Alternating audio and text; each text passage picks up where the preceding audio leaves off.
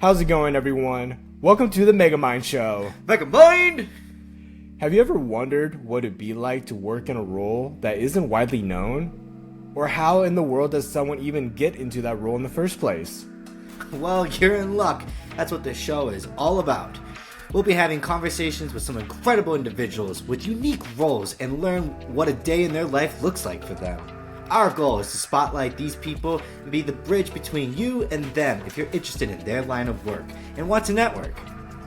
In this episode, we'll be chatting with Tyler Beautiful, a longtime friend of ours and a little person who works as a board operator at a radio station called 670 The Score. We hope you enjoy the show. Ladies and gentlemen, all the way from Windy City, please welcome the outstanding Tyler Beautiful to MegaMynd! Go, Tyler! That didn't work. That was... What? He's not here. Tyler, welcome. How are you doing, man? I'm doing good, man. How are you guys doing today? It's Monday, so it's not the best, but life is still good. Life moves on. Yeah, I mean Mondays are never the best, so can't disagree. Doing good, man. Yeah, we're very excited to have you on our show. First guest, so we're truly honored to have you as our pilot. We're excited to learn more about you, what you do for a living and everything. But before that, let's break the ice and do a little bit of some ice breaking. We're gonna play a little bit of trivia crack. Okay, let's do it. All right, ladies and gentlemen, we are going to play some trivia crack. So we're going to do the challenge mode. So basically, we're just going to answer as many questions as we can until we get one wrong, or a minute or so goes by. Sound good? Okay. Sounds do it. good. All right. Oh. All right, what category are we looking at, guys? We got movie, art, sports, history, science, geography. Yeah, There's only two. Yeah, I was gonna say it's the only thing we're educated in. All right. First question: what do surfers put on their board? Whack. Wax. I was gonna say Wax? wax too. Is it Yeah. just like who calls it first? No, we're working together. Sorry, I should have mentioned Oh, that. okay. So We're we're a working team. together. Yeah. So I said it first. Just can't. Wax. All right. So which sport features a mask, a sword, and a Fencing. lamp? Yeah, fencing. I don't even know how to pronounce that right. What is fencing for 200? What be a sport wild requires a soccer game. stick and a goal? Lacrosse. Lacrosse. What swim stroke is also an insect? Oh, butterfly.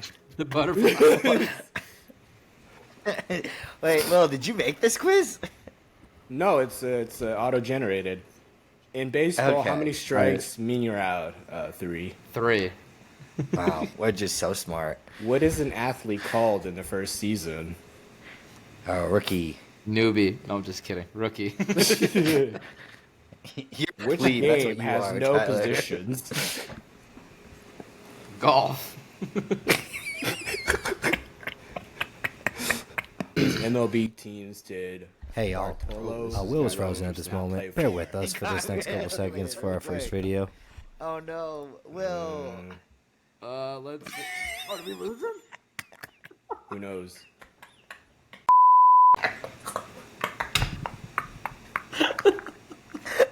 You know what? We're gonna keep this in. We're gonna keep this in for a minute. It's too funny. Oh no. All right, we're dude. back. Welcome, Will, to the MegaMynd podcast. Oh, thank Well, you guys. that So was kind. a very interesting icebreaker indeed, my guys. Did y'all see Oh, the that was last fun. question? The very complicated baseball question. Yeah. Dude, it was so complicated it crashed your computer, my guy. That was insane. That's Just crazy. kicked us all off. Great little icebreaker. Let's shift things over to the fun stuff and get started. So Tyler, can you please formally introduce yourself? Tell us a little about yourself and what you do for a living. Yeah. So my name's Tyler. I'm obviously, as you said, I'm from the Windy City area. I won't claim Chicago since I'm not technically living in Chicago. Recently married in October, and I work at a sports talk radio station. And I've been doing this I've been at this job for about 2 years now, and it's still keeping strong. Heck yeah, man. That's super exciting. Congratulations. You and the lovely missus. Thanks, brother. Kind Um, of glass. Yes. Cheers. That's super cool, man. So, what exactly does a board operator do? Well, in what my position right now, it kind of all depends. If I'm working on a live sports talk radio show, I gotta start booking guests. So usually I'll start guests like about the day before. We actually have the actual show, just because some people like to book guests like way ahead in advance. I wait until the day before because in case of something different breaks, it kind of really depends on how the show's going to go.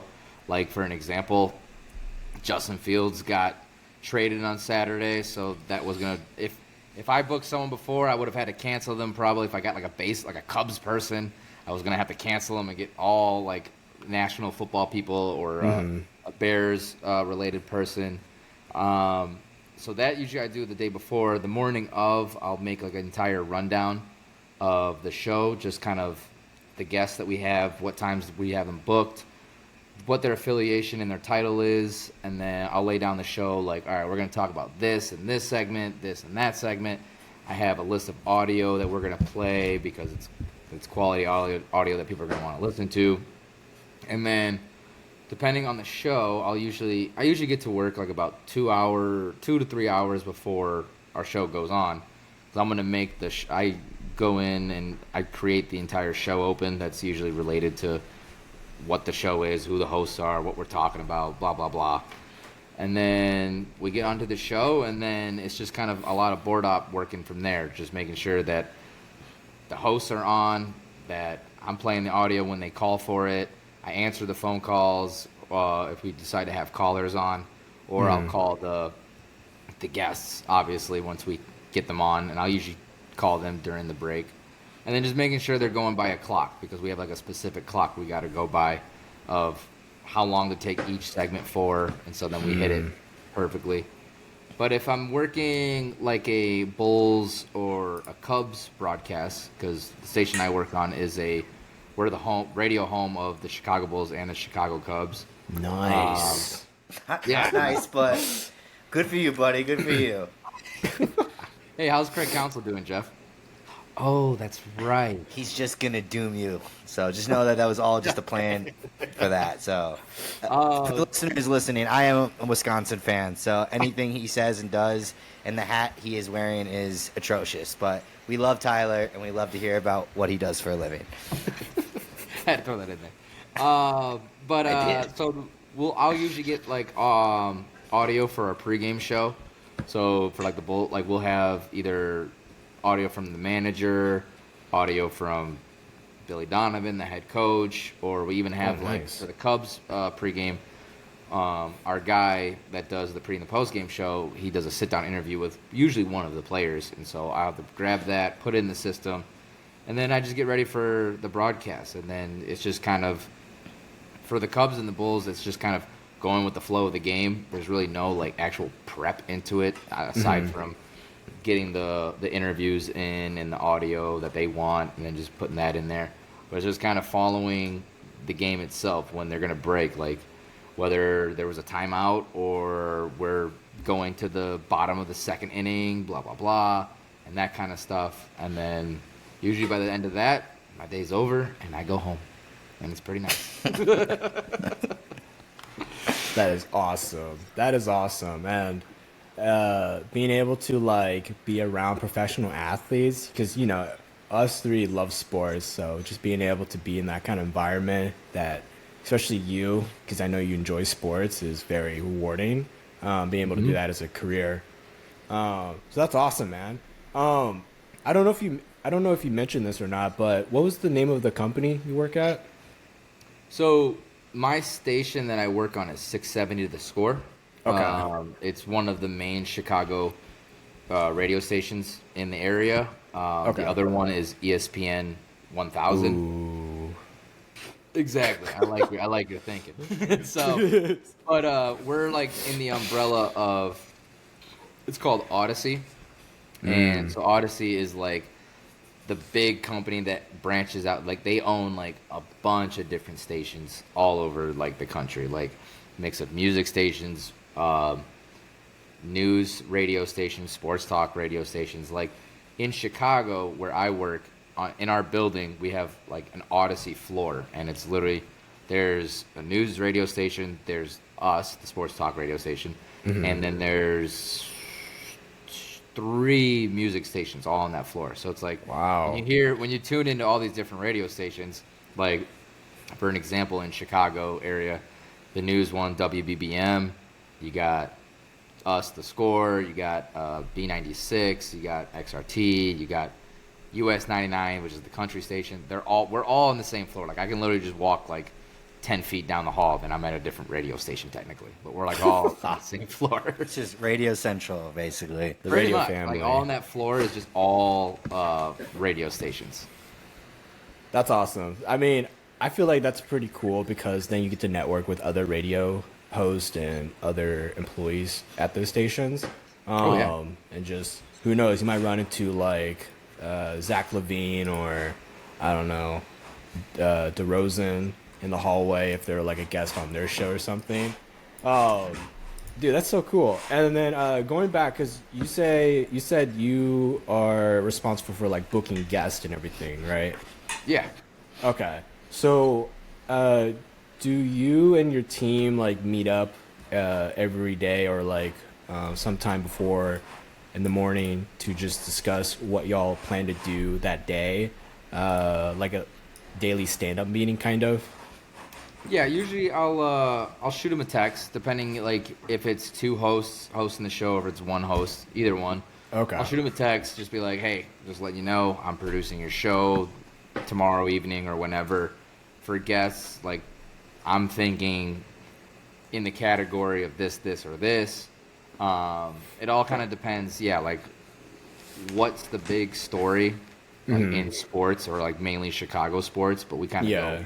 We're also a little national, so we can kind of go. We can stretch out a little bit, but I'll kind of give them my thoughts, and usually they just be like, "No, I like it." And so then, like let's say for an example, the Justin Fields story. I would say, yeah, let's get like a local Bears person, either like if it's a beat writer, a broadcaster for like a TV station or whatever like that. We'll get one of those people. We'll get a person on like a national level. So like if they're from like NFL.com or like NFL Network, or just vice versa, like get a national person. And then we're pretty much loaded up with football. I'll probably add another Bears person because people just love hearing the usual Bears people that are popular in the area. And so then usually, and then I'll kind of go based off, I'll kind of like look on their Twitter, see like what story they recently wrote about, or if they've been like into this story lately. And then, but luckily, like through our entire company, we have what we call like a Rolodex, and it's names of a bunch of different like broadcasters, sport like beat writers, all that stuff, and then they get all the contact info, whether it's email, phone number, and mostly I'd reach them to phone because it's just the easiest, because I just text them, just kind of just like, hey, I'm the producer of this station, blah blah blah. We're looking to see if you can come on from this time to talk about this. Let me know, and then they'll get back to me whether they can or not. So that's usually how that part of like booking guests goes down. So you're telling me you have access to not only radio writers, script writers, and broadcasters and hosts and all that, but the numbers for a bunch of athletes in the local area. I mean, so But does it matter? Because it's Bears people, so like... Well, That's if like you think- equal to like a normal citizen in my book, but it's okay, guys. Well, first off, Chicago is the third largest market in the whole country. One of the top sports cities in the world, I would I gotta agree with that. Yeah. easily say. Los Angeles, you can't say that because they don't. When the Los Angeles Rams were in the Super Bowl, half of the city didn't even know that they were in the Super Bowl. This is true. I will give it. I'll give that Chicago is a better city for sports than LA. So And it's comparable to New York because New York, they've had nothing for a while. Let's be honest. oh, look at you two. It's cute. But so yes, I do have I could contact. I can say this. I could literally text Tony Romo right now if I wanted to. Hey, But Dallas, stand up. he ain't Wow, gonna, let's he's go. not gonna respond to my text. I would just want to ask you. This is a very obvious basic question, but everyone wants to hear this. Is what's your favorite thing about the job? Is it really the people, the culture, the benefits, or just what you do is what you love, or what? I would say it's definitely a mix of the people that I work with. I mean, everyone there's usually always good vibes every time that I go into work. I don't go into work can I swear on this? Just Sure, before I we'll just say bleep it out. Okay. Well, I'll try not to. No, you're good. But I never there's really no days that I go into work crap, I gotta work with this person or I gotta do this, gotta do that. You know what I mean? It's the people that I work with that keeps it very entertaining and enjoyable to go to work. The people that just the hosts or the play-by-play guys that I work with, they just keep every day interesting because you never know what the hell they're gonna say, which makes it fun. Mm-hmm. But also the fact I get to my job is literally to watch sports and study sports. Yeah. And it's obviously you guys know we played DAAA for God knows how long, and we've always been into sports, and so it's just kind of the whole fact that I'm last night I was watching film breakdown tape of Caleb Williams, Jaden Daniels, Drake May, all of these top quarterbacks, and I'm you know what, any other person would be who the hell's watching this? But I'm I'm studying this. I'm this is my job, but I get to watch football. You know what I mean? Or when March Madness hits, I have to watch the games, and I'm enjoying myself, and I'm gonna need this information for later. So a lot of it is just I love sports, obviously. I mean, this guy, and the fact that I get to watch it, enjoy it, and it's my job, and I get paid to talk or produce about it. It makes it that much more enjoyable because I've always said we have to work or at our age right now, we have to work for the next 40 years plus. And so it's yeah. So that's why I'm you know what? I mean, if I'm gonna go into something, let me do something that I enjoy because it's I'd rather do something that I enjoy and working rather than just doing something that I'm not super fond of, and it's nah, you know. I think you hit the two key points. I think as I get older and whatnot, I feel the people is a huge thing. Because even at my job at Tesla, if I didn't like the people, I don't know how long I would stay. But the job is a job, and whatchamacallit, but the people around me are always great. And normally I would say well, you were talking again, slight jab, but watching film of a quarterback that's not going to do well, for you, is depressing, but for anyone else that's in radio or anything else, I would bet that would be really cool because I was like that with a lot of the Bucks players and whatnot. To be fair, all the rookie highlight films I saw of people after Giannis were a joke. So, but it is really exciting and really fun just to get into that type of field and whatnot because sports is fun, and I'm glad you're doing something that you really like to do and whatnot. No, I appreciate it. Yeah, no, I mean that's the biggest thing is I'm doing something that I love, and sometimes it's depressing watching film of these players, but then other times it's okay, this guy could potentially be good, and it's kind of interesting to see how they're gonna do at the professional level, yada yada, you know. For sure. It's oh, sorry, I didn't mean to interrupt. It's when you're reviewing those tapes, it's all right, am I going to find the next Peyton Manning or I don't know, Patrick Mahomes? And if so, then that's awesome because it's kind of cool to be the first to notice those people, you know, and then you tell everybody else about it, and everyone be like, "Oh, this guy's a sports guy," so he knows. I mean, yeah, because I was able to use it perfectly for you guys probably have seen. I do my radio, like I do my sports podcast with Oh guys. yeah, congratulations! You guys are doing the thank you. draft. Yeah, Live no, draft that was exciting news. We're gonna be doing a live NFL draft show live at Dave and Buster's in Rosemont around here. Super exciting. Like one of the biggest things that we've done as like a group.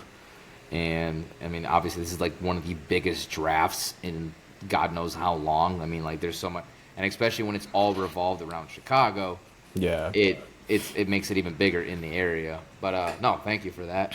But no, like, and today, like, when I was watching the film last night, it really gave me, like, more things and more information to talk about. And, like, because now the whole talk is like, all right, Justin Fields is out. Caleb Williams is the next guy. We're all giving our takes about Caleb Williams. And so, like, just watching that film last night, which was my homework, it helped me bring out good content and good conversation with my other co-hosts. And just kind of like, what are we seeing in this guy? What to expect, et cetera, et cetera. Love that, man. Sweet. One of the biggest things about this interview that we want to do with you is just because it's like we want to find out other little people that are unique and that have unique roles in careers and whatnot. So obviously for the viewers that don't know what we are, we are dwarfs with achondroplasia. Did you see that? And hence the name MegaMynd, because we do have that. But basically, that just means we have skeletal dysplasia, and our dwarfism with achondroplasia is shorter upper limbs and shorter upper legs. And I guess Tyler has this special one that he became a Bears fan, so that's, again, very sad. I really tried not to throw jabs this time around, but I had to, buddy. But is there any challenges in radio or just anything that you do in your career as being a little person? I mean, no, I wouldn't really say so, because I mean, one, the funny thing is that like I'm behind the mic and I'm behind the scenes. No one sees me, so they don't know. But then also, I mean, I do deal with like a massive board. Like I sent you guys the picture. Like that thing's flipping huge. But I mean, as like challenges, no, I wouldn't say so, because I mean, it's all pretty accessible of where I can reach to it and get to that. I have a little, I discovered, I don't know where the hell I found this thing, but I found a step stool that probably no one in the studio knew existed. Nice. And I've just been using it to just kind of rest my feet on there, or like stand on it if I have to. But I guess like the only challenges that I would say that I reached, or no pun intended, not reached, is we have we call it the tower room, and it's like when you walk in there, you just see like all this crazy like basically everything that's running the radio station, and like all the electronical crap, like with the wires and all that junk.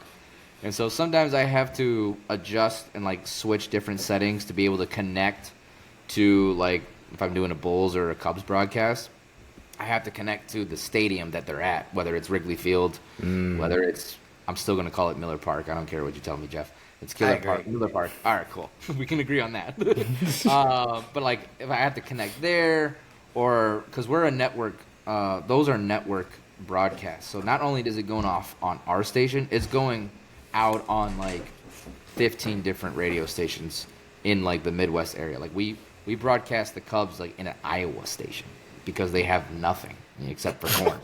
Sorry, Iowa. But like some of the crap is just a little high, so I just drag my handy little step stool, step up there, and adjust it. But I mean, like other than that, I think that was one of the biggest parts in finding. I wouldn't say that was one of the reasons in going into like sports broadcasting. Is like it seems pretty accessible to anyone of any kind, or whatever you want to call us. But I mean, really being a little person has not really affected any of this at all. That's great. It's kind of funny because I think Utah has the same thing. Our broadcast is either Vegas or Denver because there's no football team, there's no baseball team. There's just basketball. So it's interesting. Oh, yeah. Who I wasn't gets even thinking about dibs that. on the states. So Okay, that makes sense. I wouldn't even thought about that. Like that, literally all Utah has is the Jazz. very depressing. As a sports enthusiast, also, it's like Hey, you got it's Utah annoying. football, baby. I'm not That a is big true. college guy, so but Oh, there okay. is a huge rivalry between BYU and University of Utah. I have learned that because that is their football. So yeah, All right. All right, let's take a quick trip to the past. Being a board operator sounds really cool. I'm actually kind of interested in becoming one now that you're talking about it. So, Tyler, as a future board operator, how can I become a board operator? What was your process like? All right, so I went to it's pretty much a trade school for like just media in general, like whether Oh, you nice. want to go in radio or television. And it's an 8-month program. I went to Illinois Media School, and they teach you all of the hands-on aspects on just running a board or like just getting in, like knowing, understanding like radio and that kind of stuff. So I mean, you'd have to have some little of experience or school to kind of. why are you laughing? Why are you? Why are you laughing? All right, first, Tyler, your camera's like going out. And then I Oh, just it see, is? and then I see Jeff's face is like smiling, and his smile is getting bigger and bigger. I thought that's what he was smiling about. I am smiling about it because, dude, it's like a Pablo Picasso. It's just dots, my guy. And I'm like, what happened to your webcam from the last time? Like, Are you using a different webcam? No, it's the same one. Man, you might as well use a potato, my guy. I'm just kidding. I love you. Okay. 1 hour later. Dude, I decided to go to Illinois Media School, which is a trade school for like media. Whether you're Will! Jeff, you're smiling like. 2 hours later. Tyler, can you tell us a little about your journey into being Will! Dude, it was Tyler. Bro, it was Tyler. What? You can see his face in the pixels? His Bro. 480p camera? I'll take blame for that one. That was me. That was on me. 2,000 years later. So yeah, Tyler, if I were to get into the field of radio and specifically become a board operator, how would I do that? Can you tell us a little about how you got to where you're at right now? Yeah, so I went to a trade school that was in for media. Whether like if you had a passion for either radio or television, it was called Illinois Media School. They have a handful of other locations. They have two campuses in Illinois, one in Chicago, and then where I started was in a suburb called Lombard. But now they moved to a new building in O'Hare. But they have other locations in like Ohio, Florida, Colorado, and those are like the main ones. And so I really got my experience through there because since like it's trade school type, that's all like hands-on with the software that like mostly use like with Adobe, like Audition, Premiere, any of that stuff, Photoshop. And it's really where I learned like kind of like board opping and producing, because they give you like some pretty professional graded radio boards, or if you're doing the TV side, they have like TV, they call it a TriCaster, and that's just like everything they control when you're doing like a live programming on TV. But they also have like the boards for radio, and so Oh, that's a cool. lot of it was learning like the basics of just what component works for what, And I mean, obviously, the boards that we used at school were nothing compared to what you guys saw in the picture that we use now. Oh, But I mean, wow. I learned like the basics of just kind of what works, and just knowing that like, all right, this line is for this line's for that, this line's for that, blah blah blah. And so that's really where I learned like that's the basic of the board hopping skills. But then once I got my foot in the door, before I got to the 670 score, I went to BetQL, which is like what we call our sister station at the score, and they're in the same building and like the same like office room, but like they have their own little corner, and so it's a smaller station. It's all about sports betting, and that was a little more of like the basic side of using the programming and the software that they use on like 90% of the radio stations. And so I got more familiar with that, and then once I got to where I am now, the board that I'm using is like 3 times the size of what we were using at BetQL, and hell, the Wow. BetQL one was like 3 times the size of the one that we started at school. So it was like, it started off like learning more of like the basics of running that board, and then you just kind of progressively learn new and more things throughout. Like when I stepped from BetQL and then going to 670 to score, it was just a lot more. But like from the schooling that I got and the training I got, I knew like just the basic enough of that, and then you just kind of learn as you go. So I mean, that's pretty much if you wanted to go in like board hopping or producing for like a radio station, you can go to like Illinois Media School, or if you were in Ohio, Florida, hell, Colorado, like they have locations there. Or I mean, if you do decide to do like the 4-year like bachelor's program, obviously I don't know what the name of the program would be because I didn't do 4 years of college, but like you obviously learn that kind of stuff in that program as well. That's awesome. So it sounded like you got hands-on experience with actually learning how to operate a board, and that really helped you progress into what you're at right now. Is that right? Oh yeah, like everything that I needed, and everything that I was like all the skills that I was gonna use for going into that field. I learned everything from that school, and the best part of it is that all of the current like instructors, teachers, whatever you want to call them, they currently still work in the industry. Like how I got my foot in the door is because one of my instructors starting out, he's an executive producer at the station that I work at, and so Oh, cool. he still works in the industry while also teaching on the side. And even other people that like how I learned a lot of my audio editing skills, like just with making like show opens. I'm going to use some radio terms that you guys, I don't know if you've heard of, but like sweepers, Oh, yeah. rejoins, that kind of stuff. Oh, that makes sense. Yeah. It doesn't make sense for me, but I mean, yeah. I mean, it's kind of just like a radio terminology. But like the guy that I learned the most from, and I've built my skills off that, he's like the head audio person at WGN, which WGN's like they're kind of all around. Like they cover news, they cover sports, they cover just kind of like basic, like just regular talking. Like they do all that. But he is in charge of all of like any audio that pretty much goes through the station goes through him.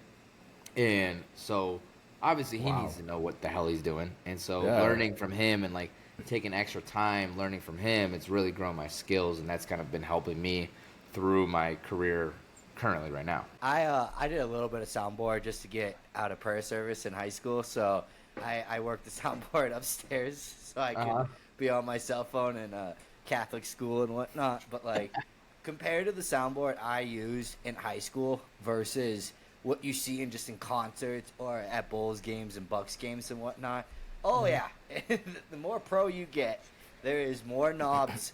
Like you just wondered, I always wondered to myself, I'm like, what do you need every single knob for? Because that is a lot of switches or just things that you have to like look out for. And I'm like, holy smokes, that's a lot of memorization just to do that. So that's just crazy. There's a lot of I mean, if I'm gonna be real, it's like there's a lot of them that are not even being used. Like that's the crazy thing, is that like they have all of these, and I probably use like 25% of those, I would say. So it's just the flex? I mean, a little bit of that, but then sometimes Just kidding. sometimes you do need to use like all of them. Like you have each line for each microphone. You have your line for your commercial breaks. You have your line for usually where I throw like the open or like the rejoins or in the music or whatever like that I come back with. And then I have another separate line for just quick little clips that we're going to play throughout the show or whatever. You know what I mean? And then if they're doing remotes, so like when I work the Bulls games, I'm not at the United Center, but I pick up their connection from the United Center, so I got to put them on a whole different thing. And then I pull up their backup line in case that one shoots out. And then when we have, for our Bulls broadcast, we have a hostess that she'll do like betting, live betting, like props on like that. So like cool. in the pregame, she'll pick like, it's presented by BetMGM. And so she'll give like player props, to over, under, blah, blah, blah. And then she'll like update them throughout the game. And so she's on a separate line because she can't sit down courtside with the two guys, which is, I don't get it, but I don't control that. But anyway, so there's a bunch of different lines that you have to like kind of know what goes where and what's coming out of what. But then you kind of get used to that because you can adjust it and it kind of tells you up at the top, like, all right, this controls this line, this controls that line. So you just kind of know where goes where. It's kind of like that part is kind of a cheat sheet, or like it kind of helps you a lot. But no, I mean, when you look at one of those, it's intimidating as hell because there's a ton of knobs and whatnot. I also just want to give a really quick shout out because I also had many professors that were very similar to you, where they taught, and but still had like their own job and whatnot. And I know like one of my favorite professors, Julie Lisser, she was really good in SQL, but she also worked for Northwestern Mutual. And those are always the coolest people because like they'll give you the reference, they'll give you the job link, and they also teach you at the same time. And it's like, holy smokes, do you have any free time in your life? But no, I mean, yeah. No, that was the great thing about it, is that like these instructors were like, they had their own jobs to worry about, but they were here to help you and like making sure like you get the knowledge that you need to get into this industry. And honestly, that's kind of what I'm doing right now. I'm paying it back, where I'm like, I went back to that school and I'm like an instructor assistant. And so I do that like during the day while I'm working my main job at night. And so I'm kind of teaching, but I'm like not exactly, like I'm like the assistant to the assistant, or whatever you want to call it. Very nice. But like The Office. Yeah. Basically, yeah, exactly. I was hoping you were getting that reference. So, but no, that's also what I do now. Like, you know, I'm kind of paying it forward. Like, you know, these guys help me out a lot. And plus, it's something nice, little extra thing to do during the day because I mainly work like in the late afternoons, for the most part. Yeah, and giving back is huge because, you know, you're mentoring the younger generation essentially, and that could also be beneficial for you because it's another way of networking, you know? Like what if one of the students end up working for, I don't know, the Pat McAfee show, and you decide later on in your career you want to go work for that same station? Well, there's your foot in the door. You met someone a long time ago and they might be able to help you out and give you a reference. Oh, hell, if someone was like, hey, I'm just thinking about applying for this Pat McAfee show, I'd be like, oh, really? Where'd you find it? And then I would apply for it. It's doggy world, or whatever they call that thing. And Doggy dog, yeah. at the same time, like, if you can help, that's something either equal or below. I agree, because... No, of course. Yeah. It's nice. Like, what I'm doing right now, like, I enjoy helping out the new, like, up-and-coming people that want to go into this industry. Because, I mean, like, I've gotten all the great help that I got and got me to where I am now. And so kind of, like, just paying that back, like we've said. And plus, it's just a nice little extra thing to do on the side. Because when you work in the, like, the media industry, like, you're full-time, or, like, even I'm technically part-time, but, like, you only work, like, 6 hours in the day. And so it's like you have all this extra time throughout the day, so it's like it's just a little extra thing to do. And when you're in the media industry, you kind of have to be like active like that, because you're gonna get too bored doing the same thing for like 4 or 5 hours in the day, and you got the rest of the day. You know what I mean? Mm-hmm. So Man, that is super cool. All right, so I have one more question for you about how you got your current job. So this is everyone's favorite job interview. What was that process like? Can you like, if you remember like any of the questions that your interviewer had asked you during your interview and what that was like? Oh man. So I will say, my boss right now is probably one of the most intimidating interviews I've ever had, only because it was so quick. I've never had an interview less than 10 minutes, and this was probably like Wow. 6, 7 minutes. It was super fast. And I mean, at least at like my first, like my entry level job, like just getting my foot in the door, like it was probably like about an 8 minute interview, and it was just he was just like, boom, right to the question, and like you get a quick answer, and then boom, next question. Like it wasn't even like a follow up related to the question. It was just boom, boom, boom, boom.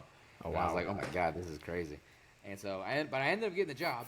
And so, and then luckily, when I transitioned from BetQL over to 6 a.m. The Score, it was the same boss. He runs both of those.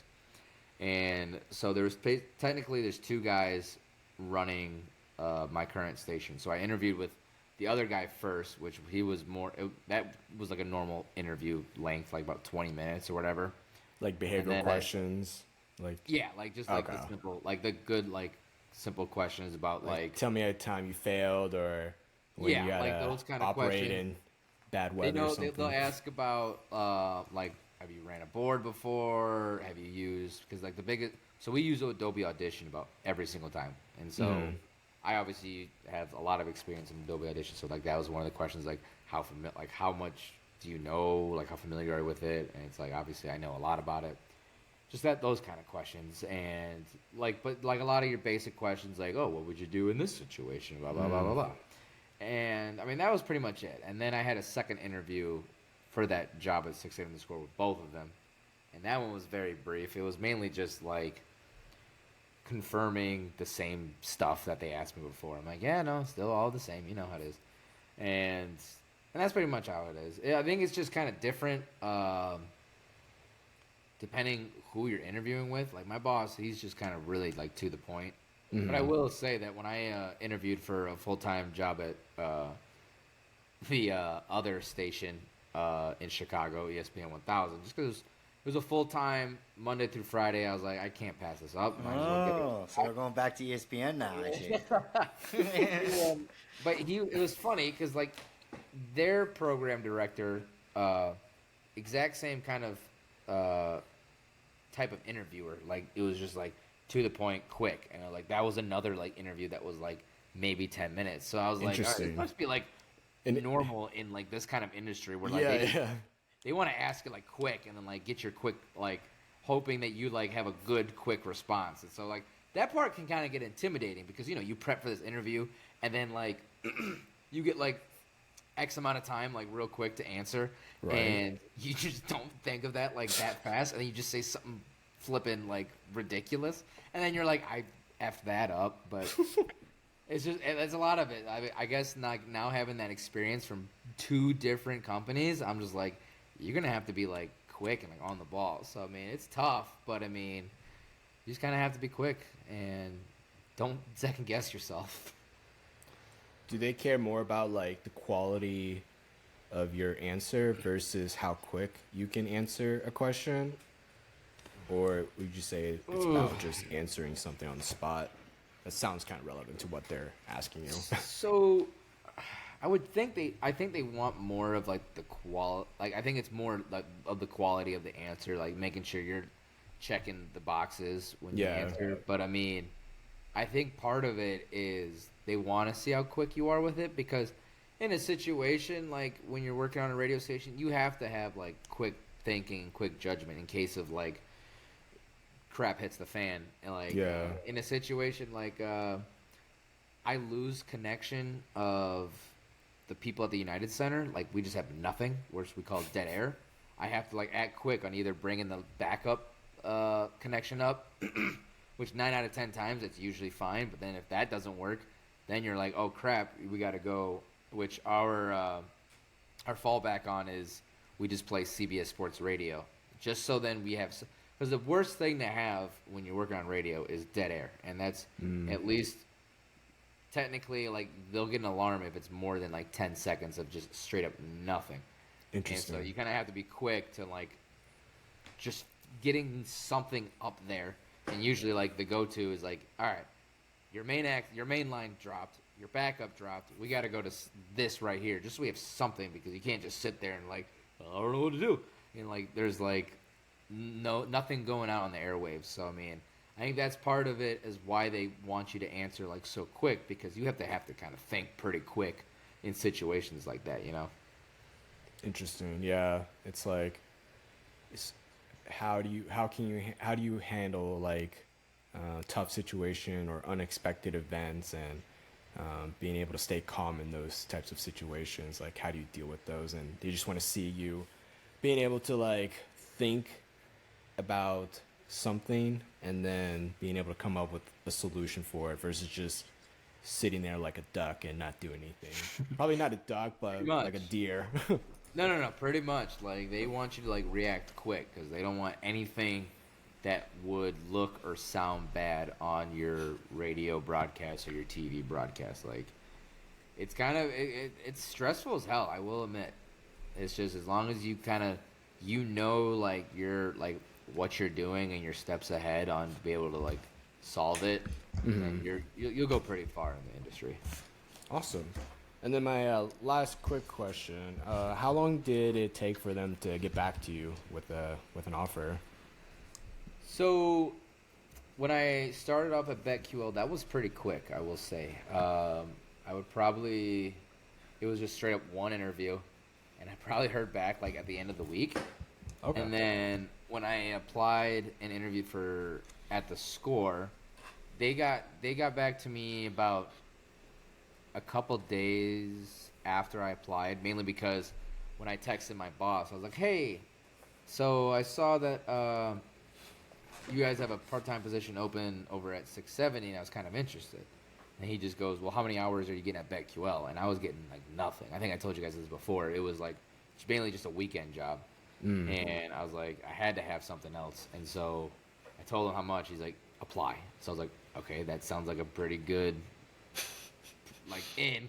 Yeah. So, but that still took about a couple of weeks, like 2 to 3 weeks, I would say, because they had a bunch of other people that applied and interviewed, so they have to go through that whole process. But like, I kind of knew that like they were gonna go with me, just because I already had an in with my current boss, because he would be my same boss going into that job.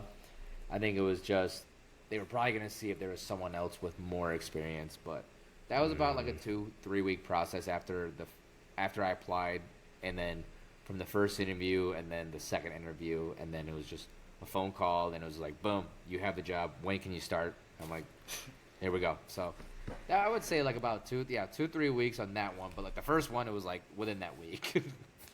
Do you think they found someone or interviewed someone with more experience, but they still ended up going with you just because they already knew you, your professor had already had like some sort of like personal time with you and knew like what you've already learned and what your technical abilities are?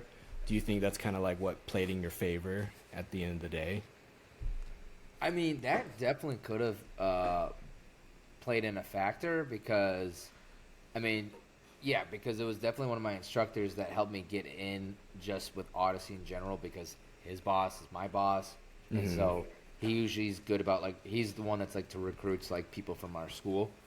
So I think that part helped. And then once I built a reputation for myself at BetQL for, like, the 6 or 8 months I was there, I kind of built a relationship with my current boss, and he knew me well enough and, like, what I was capable of. So I think a little bit of that was, like, he knew what I was capable of, and it was just like, yeah, no, this guy, I know him from here. He can handle this over here. So, I mean, I think that's partially part of it, but then it also could go in factor that either no one else applied, or there was just no one else good enough, or like none with like the as much experience as me.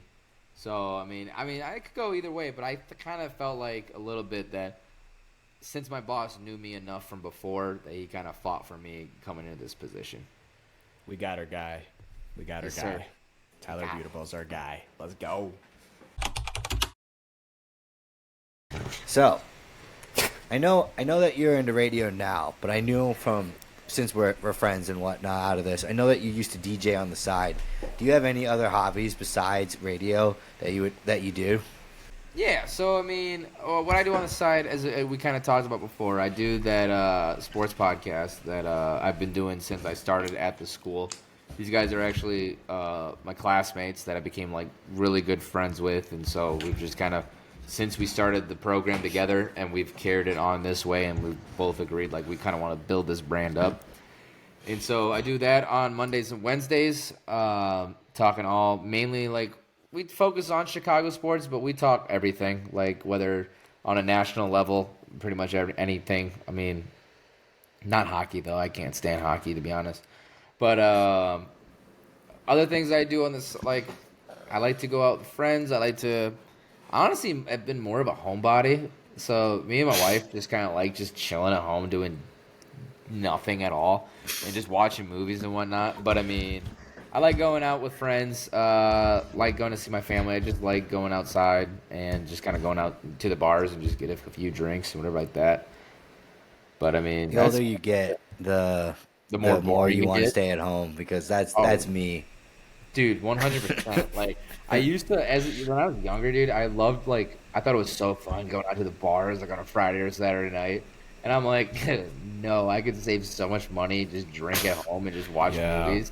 Or like the only like this is only one spot that I go to that's around me, and it's like they serve like they're kind of like a brewery, but not quite because they rotate through all like different crafts and IPAs and like that kind of stuff. Like they rotate every month, and it's like a super chill place. You can bring your dogs, and so like me, my wife, Emily, and like our dog will just go and just have a couple of beers and whatever like that, and then we'll just walk back home. So I'm like, that's like the most you'll get out of me going out now. Married life changes a guy. I tell you that much. Dude, 100%. It's nice, especially when you have your own place. You just want to just stay at home. For sure. As you were talking about when you worked at BetQL, correct? Yes. I know that you said it was just a weekend job. So what were some previous jobs leading up to what you wanted to do and whatnot, just to stay afloat and whatnot? No, so I And mean, during that depressed. time, I was working at Home Depot. I was just working at like just something to get me, money flow coming in while I was doing that part time. But like as like internship wise, then I eventually turned that into like paid and like a job there. It was this company, like this small company that my instructor that works at the score started up, and it's called Total Sports Prep. And so what it is we grab, at the time I was grabbing like articles. So like they'll come out with like a whole like sheet, and it's like each like any like big sports story, whether it's like an NBA game, NFL game, breaking news, whatever like that. We would be in charge of grabbing articles that had to relate to either of those like events, and those get sent off to like hundreds of sports talk radio shows and stations because they can use that as like content. Like they're looking through, they're like, oh, so and so wrote about this, and they give their like they have the information. Well, like I'm actually like ending it this week just because I have too much on my plate. Is same company, but I actually grabbed the audio, and so that way, so I'll grab like I have to work it tonight, which I'll get to it later, and it's not that big of a deal. But like I'll grab NBA highlights, and so I take care of the East, and so like I was doing that as well at the time, where I grab a couple of highlights here and there. I'll grab like post game interviews. I'll grab like when the Justin Fields stuff broke. I grabbed like everyone's reactions from it, like Courtney Cronin from ESPN, Robert Griffin III because he was very vocal about it, like just that kind of stuff. Like it's the whole point of that was just to think of what other producers were gonna want and use for their own shows, and so that whole point of that like what this company's purpose was, they had like a whole prep sheet ready for you, and you get sent, and so the producer can go through and be like, oh, you know what? I don't have to go and find this myself and grab it myself. It's all right there, and I can just boom, download it, and then we can throw it on the show. So I was doing that a lot on the side when I started that weekend gig, and then I just kind of like kept with this job.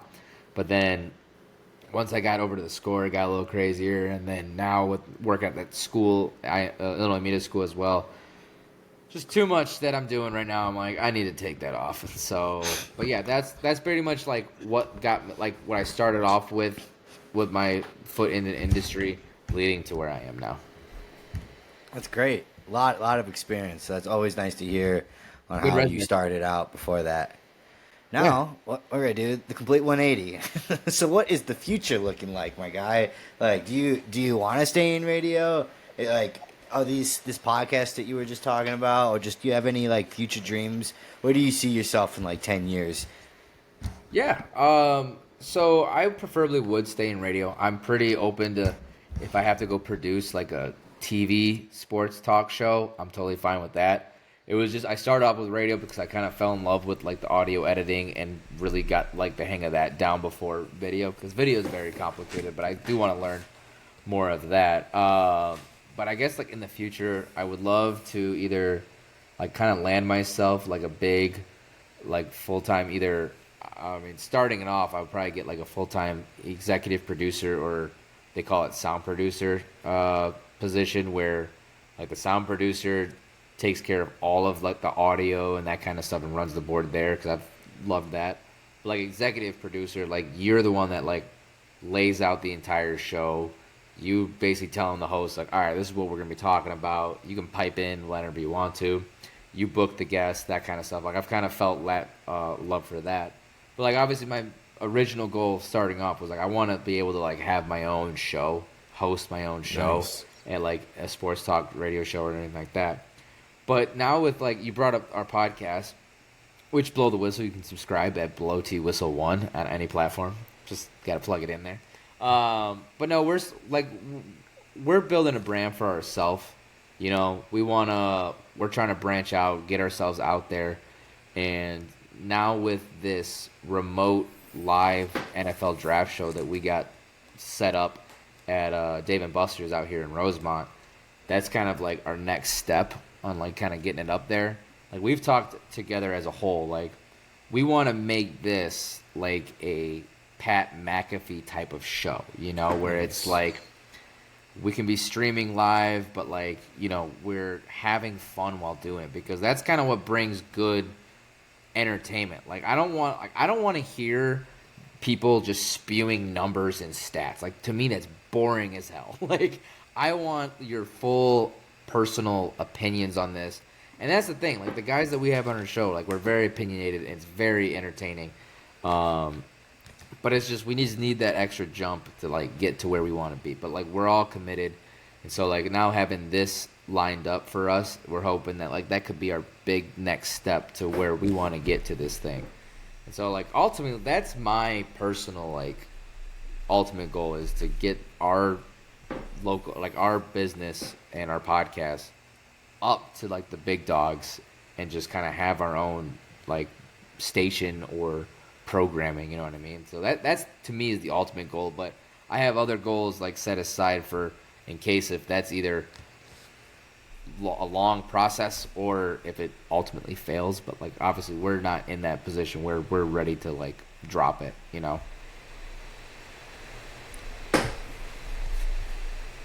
Jeff, you're mute.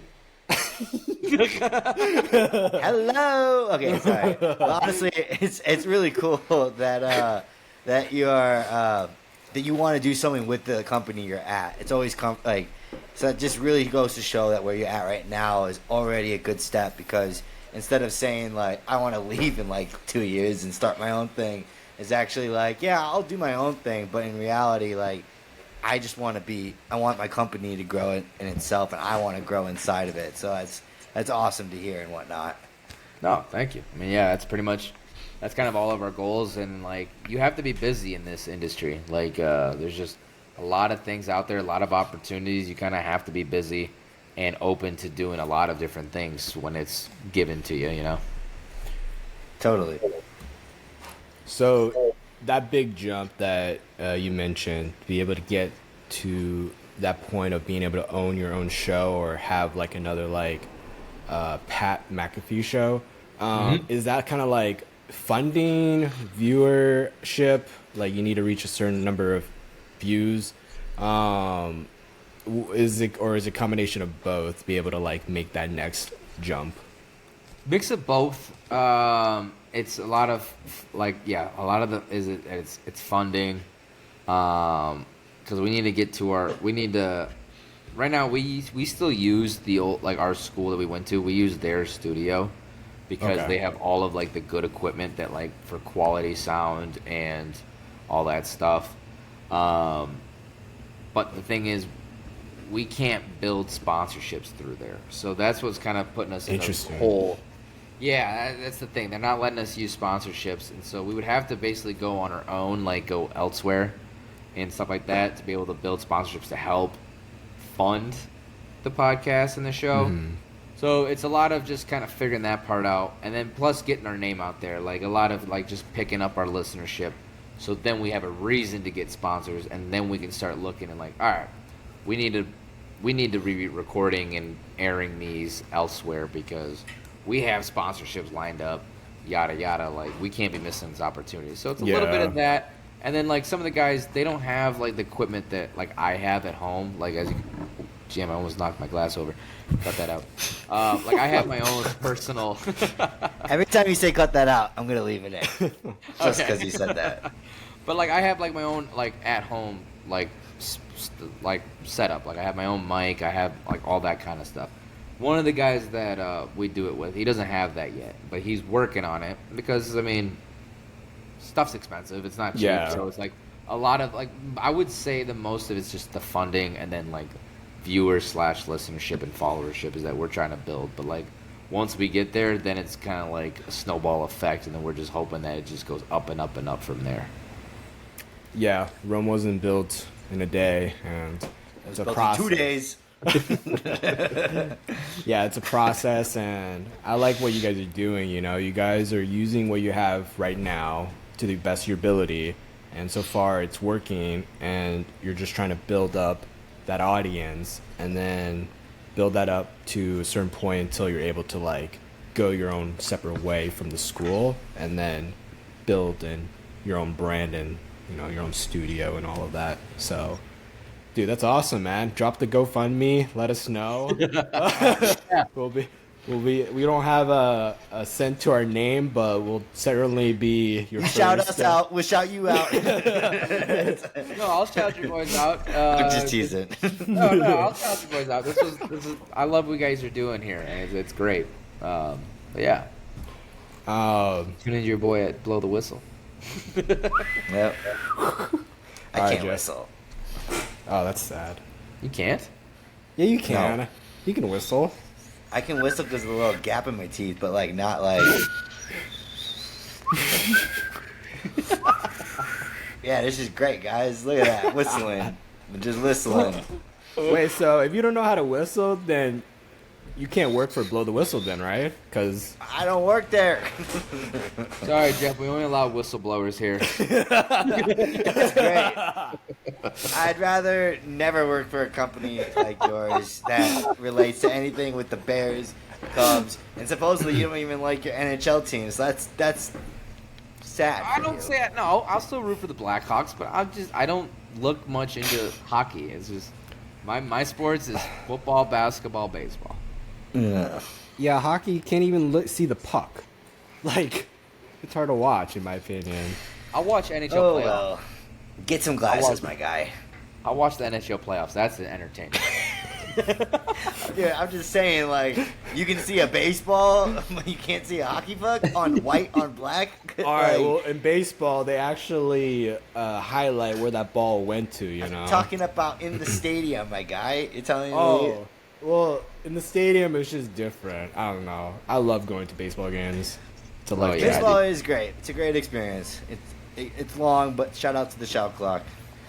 So. The who? Shot clock. The pitch clock, sorry. Jeez, I was thinking basketball terms there. I think it's a shell clock, and I was like, yeah. what Shot are clock. you talking about? Oh, okay. But then I was like, I was basketball terms. You know, you got 24 seconds to shoot. You got, I don't know how long it is for baseball, but it's great that they did that because About it was way 28, too 24. long.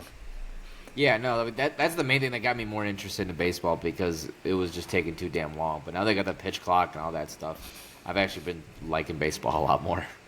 Oh, I agree. All right, so the question was going to be, are the Bears Super Bowl bound next season? But I guess Jeff doesn't want to ask that. So on the record show that Will tried to make me say something that was against my will. Just letting you guys know that he asked me to say, "Are the Bears going to be Super Bowl bound next year?" And the answer is no. They'll never be. It's the Packers, Lions. Magically, the Lions are now second, but some might say they're number one. So I'm going to give them equal to the Packers. Vikings still have Justin Jefferson, still more relevant than the Bears. The Bears will never choose a quarterback that will ever help them to get to the Super Bowl. They are a poverty franchise. That is all. Worse than the Oakland Athletics. I'll say that. And that's a super poverty team. Okay, That is all. hold on a second. Let me cook. I will cut out anything you say, just letting you know that. So feel free to rant all you want. It will not be in this video. You will be muted. I will censor it. All right. You'll have a black bar on your mouth. All right. I don't.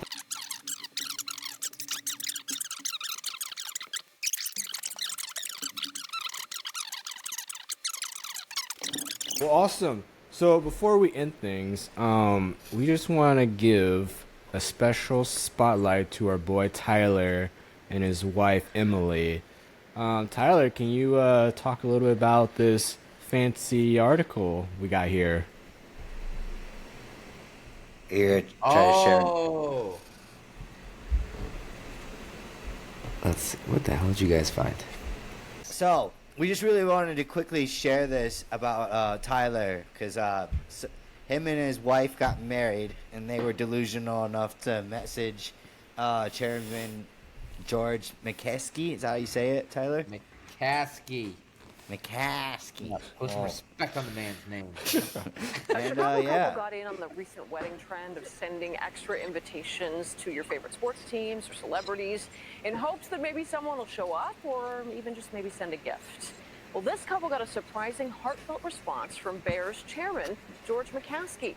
It's a letter, and you see it here posted to social media, congratulating the couple on their upcoming That's so wedding, cool. and it also shares Hey. personal anecdotes Hey, about look at his that, parents' little man 15-year Tyler. marriage. It also included his dad's advice to his sister on her wedding day, writing, "Give and give and give and give until you can't give anymore. Oh, you And gotta zoom in then on your face. give some more."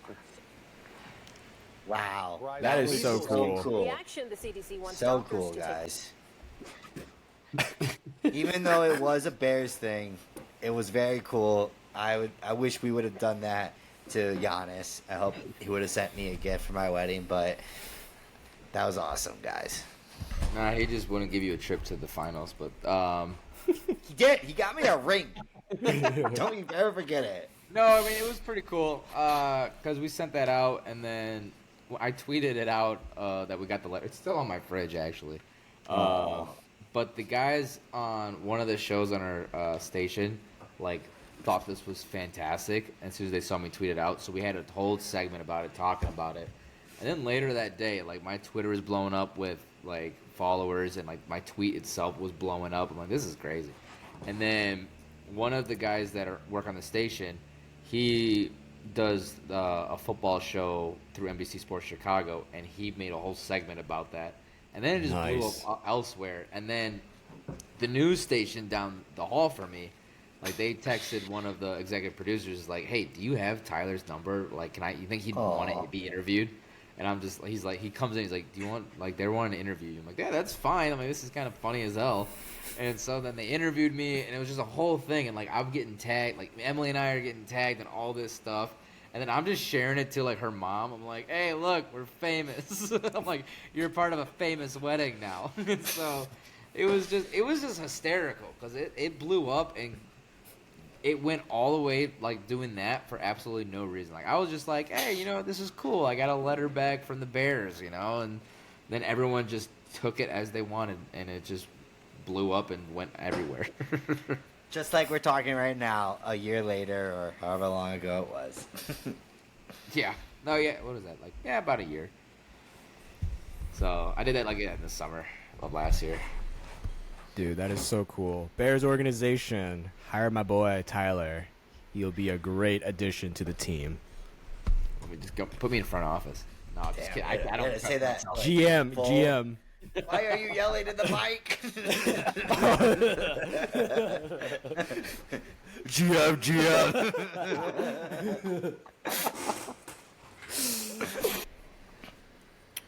So last question.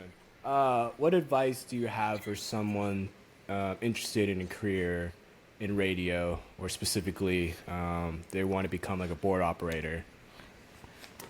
I mean, I would say just if you're passionate for it, just keep it going because obviously it's kind of a tough road to get to, and you're gonna find some struggles. But I mean, if you know that you love doing what you're doing, or if you're doing it in sports, doing it in music, whatever, if you know that's like something you love to do, just got to keep the grind going and just move forward because at the end of the day, it's a fun job. You're gonna enjoy doing it. It's just a lot of dirt work that you're gonna have to do at the beginning, but just keep going and you'll one day succeed. I mean, we all do at one point. And don't forget, ladies and gentlemen, Tyler, can the viewers connect with you on LinkedIn, Facebook, or whatever platform you're on to be able to like network with you for potential opportunities, or just to learn more about you if they're interested? Yeah, no, you can find me Facebook and LinkedIn at Tyler Buterbaugh. Last name spelled Buterbaughh. It's a mouthful, I know. You can find me on Twitter at Tyler Buterbaugh. You can find me on Instagram It's at X. Don't forget, my boss Elon calls it X always now. Twitter. Always calling it Twitter. Never giving it's calling it X. Instagram at Ty_Butterball45. You can find me on obviously our podcast Blow the Whistle. Just find us on any podcast platform you guys have, whether it's Apple, Google, Spotify, Anchor, all that good stuff. So yeah, that's where you can find me, people. Sweet. You heard it We're here just gonna- first. What? Sounds good. Sorry. We talked at the same time. It threw me off so hard. But let's just we have a little tradition, aka this is the first time we're doing the tradition. Since you're in the middle, we're gonna give each other fist bumps. So you need you're gonna hook from this side, and then you get no both. Tyler, you gotta do both. That's the whole goal. So well, I'm you on gotta the left side. Oh well, it's gonna be in the middle. So fist bump Okay. time. Huh. Yeah. That was so professionally done. We are so intelligent. I love it. But yeah, thanks so much. Like I said, for being our first guest and whatnot. So No, thank you guys for choosing me as your first guest. I mean, I felt pretty honored and loved by you guys. So, I mean, I appreciate you giving me the first go around at, is it MegaMynd called now? it's called Yes, MegaMynd. sir. I love it. No, I love it. No, I like what you guys are doing with this. Keep it going. I mean, this is awesome. And again, thank you for making me your guys' first guest for your first episode.